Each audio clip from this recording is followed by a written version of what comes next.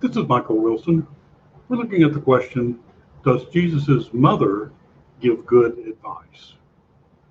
Well, here's what's going on. Jesus and his mother and brothers and the disciples were invited to a wedding in Cana, and this is early in Jesus' ministry.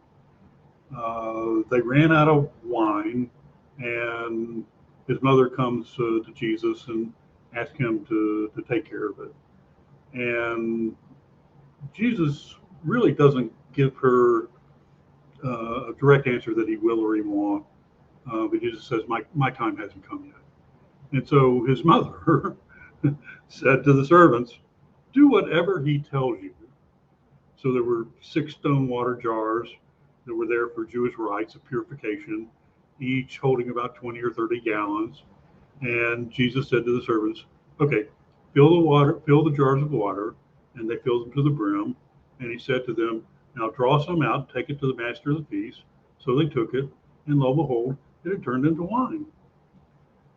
A few verses after, this is John 2:5-8, a few verses after that, we read, this was the first of his signs that Jesus did in Cana in Galilee and manifested his glory, and his disciples believed in him.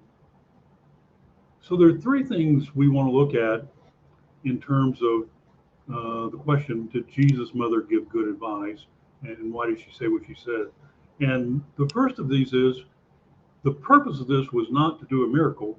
The purpose was to have the glory of Jesus revealed. Now, this is stunning. The miracle of turning water into wine was not just a display of Jesus' power, but also a sign of his glory. It showed that he was the Messiah, the one who came to fulfill the law and the prophets. It showed he was the bridegroom who came to celebrate with his people and give them joy. It showed that he was the creator who could transform elements of nature according to his will. So we also see that the servants were obedient to Jesus. In other words, his mother said it, we're going to do it. And so they did. They filled the jars up with water, and then they took it to the master of ceremonies for the wedding. But then it started with Mary's faith in Jesus. Mary knew who Jesus was. She knew he was the Son of God.